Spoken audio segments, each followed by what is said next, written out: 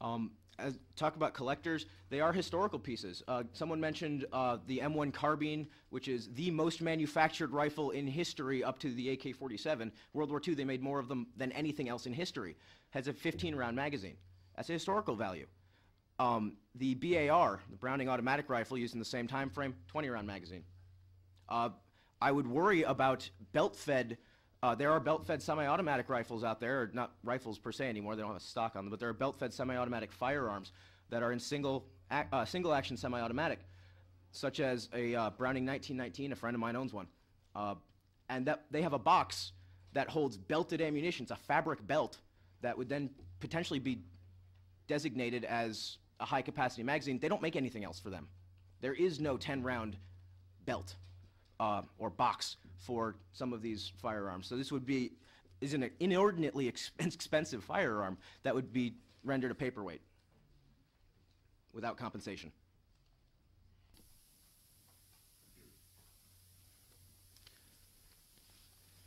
Other questions? Senator Gomes. I'm one of those ancient people you're talking about. I fired the M1. I love the M1. It was in 1958.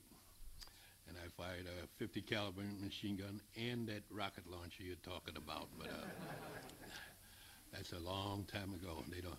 I think at the end of the 60s they stopped issuing the M1 carbine. But you mentioned something else that you were asked, and you mentioned that carrying a weapon makes society or the general public feel safer. Not you feel safer, or the person feels safe. Does it make people safer in the streets? You believe that? I do. It's my personal opinion. It has been generated through my experience as a 22-year-old, as limited as that may be. Well, but I truly feel that a society that supports the private citizens' ability to carry a firearm for their self-protection, the protection of their property, and the protection of their friends and loved ones is a safer society. If nothing else, it is a deterrent to criminals, because they know that the society allows private citizens to defend themselves, and they will think twice before picking fights. And I think, at the very least, that is a benefit. Well, that happens now. People who have a license, they have a license to carry a concealed firearm. But I'm trying to figure out, those people out there figure that they are safer because of they don't even know you're carrying a weapon. They don't know anybody carrying a weapon. As far as they're concerned, when they're in the street, I haven't seen any articles in the paper or anything where somebody who carried a concealed weapon has prevented a crime or anything. So According to NRA, I'm trying to get my arms around the fact that we should feel safer, or that those people out in the street feel safer. And there are more of them that don't carry firearms than those that do carry firearms. How do they feel safer when they don't even know who's carrying a firearm? According to NRA statistics that I got last year, about almost 2.5 million crimes in this country were prevented last year, or the year before last, I'm sorry, by law-abiding firearm owners presenting a firearm. 2.5 million crimes across the country. That is an NRA statistic. If you wish, I can give you my contact information. I will look it up and send you an actual article about it. But that's a huge number across the country. Firearms, a lot of these also might not get reported. People who get attacked or accosted outside of something, they pull a firearm, they don't fire it, they don't report it. It happens. That is an interesting statistic, because like I said, I've never heard it in this area here, whether through newspapers or anything, of people who have prevented crimes because they pull a weapon. And if you pull a weapon for any reason on somebody else and it's not reported, that could be considered a crime. That would be a brandishing incident, yes. That's right, even if you were trying to prevent a crime. So I haven't seen that, and I haven't seen it anywhere in the paper. So I would question that statistic. I don't question NRA statistics, but that statistic sounds a little hairy to me, because Connecticut got left out of that statistic because we don't know anything about it. And then we don't. If you said a couple of million people, there's 300 million people in the United States, but Connecticut is a state of about 4 million people, and I haven't seen any accounts in newspapers or anything where people have prevented a crime because they own a weapon of their own.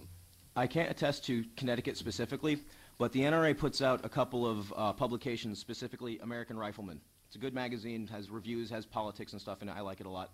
But in the front of every article, or in front of every issue, I'm sorry, is a column called The Armed Citizen, where they look across the country and they pick newspaper articles and or news-anchored articles, and they transcribe them into their own magazine about citizens defending themselves. And my favorite parts of this are the ones, especially older people and smaller people. So there's a lot of old people and women who get put into this column, or the news articles about them, who never have to fire a shot.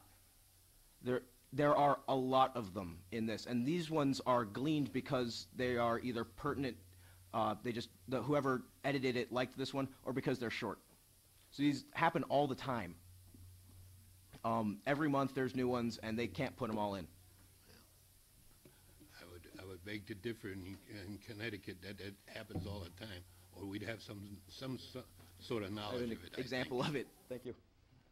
But again, I can't speak specifically about Connecticut, but it's across the country, and my feelings don't just get limited to Connecticut. I'm a citizen of Connecticut and the United States of America. So. Yep. Incidents where in the state of Connecticut that the public is safe because people carry concealed weapons. And if you've got a concealed weapon, nobody would ever know about it unless you pull it out. And if you pull it out in the manner that you say, that somebody has prevented a crime by pulling the weapon out and it's not reported to the police or anything, they've committed a crime. Well, I can tell you. Like they said, brandishing a weapon. I can tell you of one incident that happened to me. When I was 16 years old, a man jumped from behind a tree in Hubbard Park in Meriden, Connecticut, and put a knife in my arm. I was 16 years old, not able to carry a firearm. I had a walking stick with me I was able to use to defend myself, and I ran. I fought him off, and I ran. I never reported it because I was afraid. I'm not saying that. But my point, I'm sorry, the point I'm getting to is, right now, if it happened again, as someone who does carry routinely, I would much rather have had a gun than a walking stick. I was in what I felt to be legitimate danger, and I would rather be better armed. It does, the point I'm, sorry, I guess I'm rambling. It's the best means of defending oneself is a firearm, and it is a right to defend oneself. I didn't question that, and I don't doubt that. And if I had a firearm and somebody attacked me, you know what I'd do with it, you know. Then I'm not sure I quite understand your question. The thing is, I was just questioning your statistic about the public in the state of Connecticut being safer. I can write down my email address for you, and I will look it up again if you wish. Because you've got that weapon on you, and anybody attacked you. But I don't see the correlation of the public being safer because people are walking around. I can point to a couple of trends in other states. Florida is a good one. I cannot give you numbers off the top of my head, but when Florida became a shall-issue state, in one county, incidences of rape went down significantly, noticeably, and increased in the areas that did not have a shall-issue attitude until the entire state started issuing. Again, I don't have the numbers off the top of my head. This was when they became permanent. Did the rape go down in Florida because of people carrying guns, or rape just went down in Florida for some other reason? The way that the study I read portrayed it was it happened in one county first, and the other counties either stayed the same, surrounding ones either stayed the same or went up as that county decreased to below the national average. They knew people had weapons. Yes. That is what I read. I could go on and on all day long with you on this issue, but I won't. I thank you very much. Thank you. Thanks for coming to Thank you, Senator. Thank you, Representative Hewitt. Over here. Hi. When you talked about the statistics from the NRA, do you have an example of how you say that crime was deterred because people had weapons? This was a statistic that I got from the NRA that they got from studies from, I don't believe it was the FBI. It was the FBI? So these are FBI statistics that they are re-reporting. Again, someone just handed me a copy of American Rifleman. It has the Armed Citizen article in it, so that's another thing that I talked about. If you would like, I could read one. But We're not saying that it didn't. right, It the didn't statistics happen. I got from the NRA. Hold on, no. I'm no. sorry. We can sing together, but we can't talk together. All right? All right. I'm not saying it didn't happen. Are you saying that the crime went down because it was just a general view out there that everybody's got guns? My point with that statistic, the 2.5 million crimes prevented, those are 2.5 million individual citizens who had a firearm that used that firearm, whether or not they fired a shot to defend their own life, their property, someone else, whatever the situation had warranted. I'm not going to continue that as a huge trend. I'm going to say that is 2.5 million citizens, people, that were safer for carrying a gun. And that is not an insignificant number. No, it's not. And I'm not saying you're wrong. I'm not saying I agree. I'm not saying I disagree. I remember I still have a state gun permit, and I used to carry everywhere you seen me. I had a gun on me. When an incident happened to me one day where I had a little incident with road rage, and I cut a guy off, or he cut me off one reason or another, and I went on to the store, and he pulled into the parking lot, and he got out, slammed his door, and he walked up on me. I mean, he got very close. And I want to tell you something. I got scared. I got not scared for what he was going to do to me. I got scared about what I was going to do to him. I really did. No, hold on. Yep. I really got scared, and I went home that day, and I went to Bob's, I think it's in Salem. I took that weapon there that day, and I got rid of it, and I haven't owned one since. I'm not telling y'all to do that. I'm just saying that was the scare of my life, because if this guy would have came any closer, I probably would have took him out, and that scared me, so I got rid of it.